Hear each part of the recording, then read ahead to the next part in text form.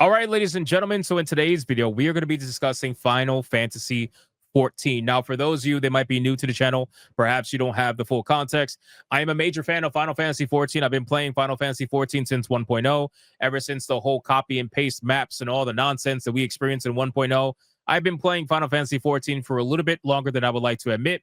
But unfortunately, with Dawn Trail, that was the first expansion that I actually did not really participate in. I completely checked out of Final Fantasy 14, and not because I wanted to, but because, quite frankly, it was just trash. I didn't like Dawn Trail whatsoever. The story was awful. The characters were uninteresting. I just completely lost all interest in the game, and it just sucks. And I've always wanted this game to have a bit of a return to form. And apparently, according to Yoshida, they have big plans for the game. We're talking about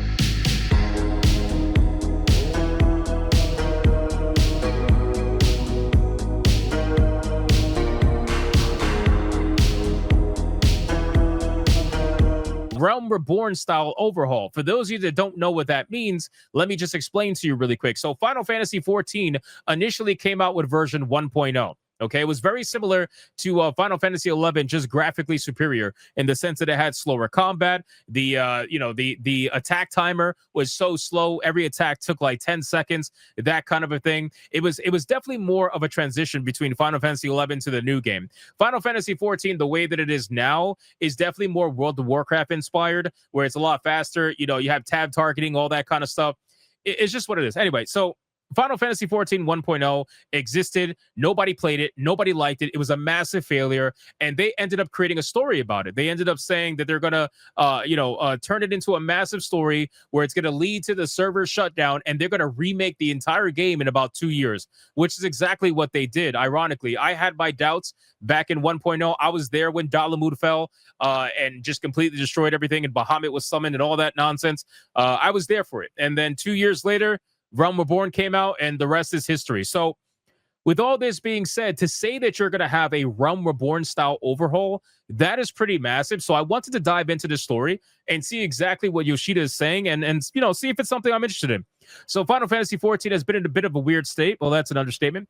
Endwalker's post-launch patches failed to hit the ground running, despite the main expansion absolutely nailing the climax of its 10-year story, which I agree with.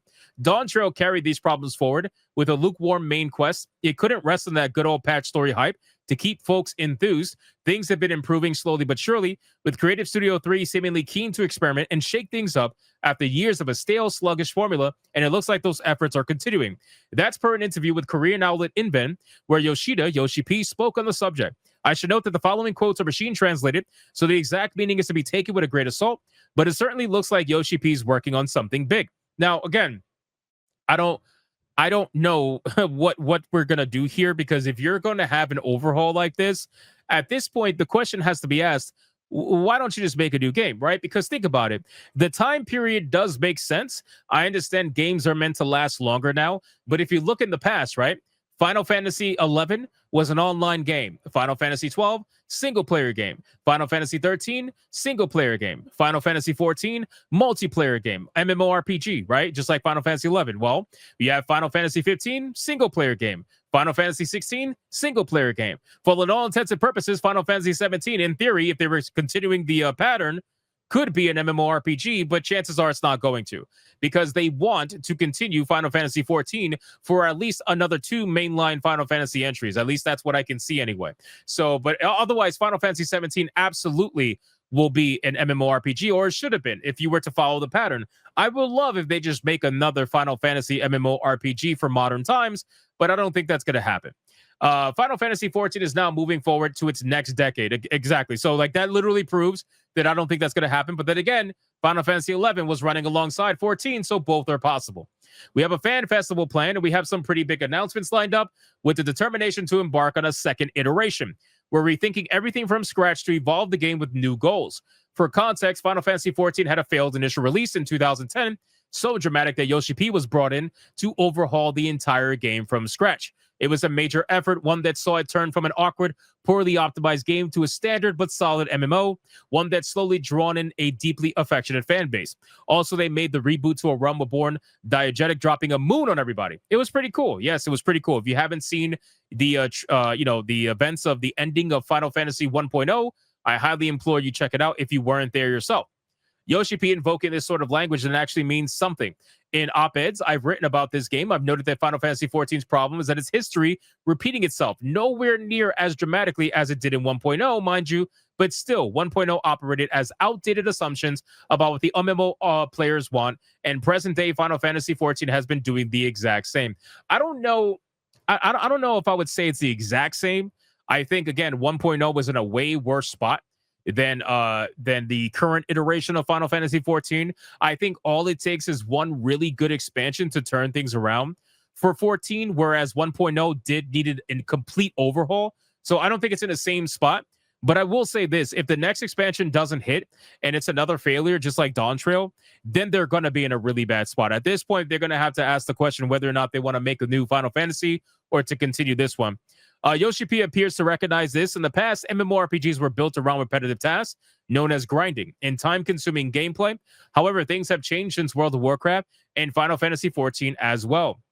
He then goes on to mention the Allegan Tombstone system, which typically lets players grab 450 tombstones a week for gear as the weekly incentive to keep locking in. However, he seems to understand that players' priorities have changed. To put it bluntly, even 450 Allegan tombstones might not be particularly meaningful to those who don't care about item level. I don't either, to be honest with you. I just buy the crafted gear, I pentameld the crafted gear, and I just move on. That's what I do.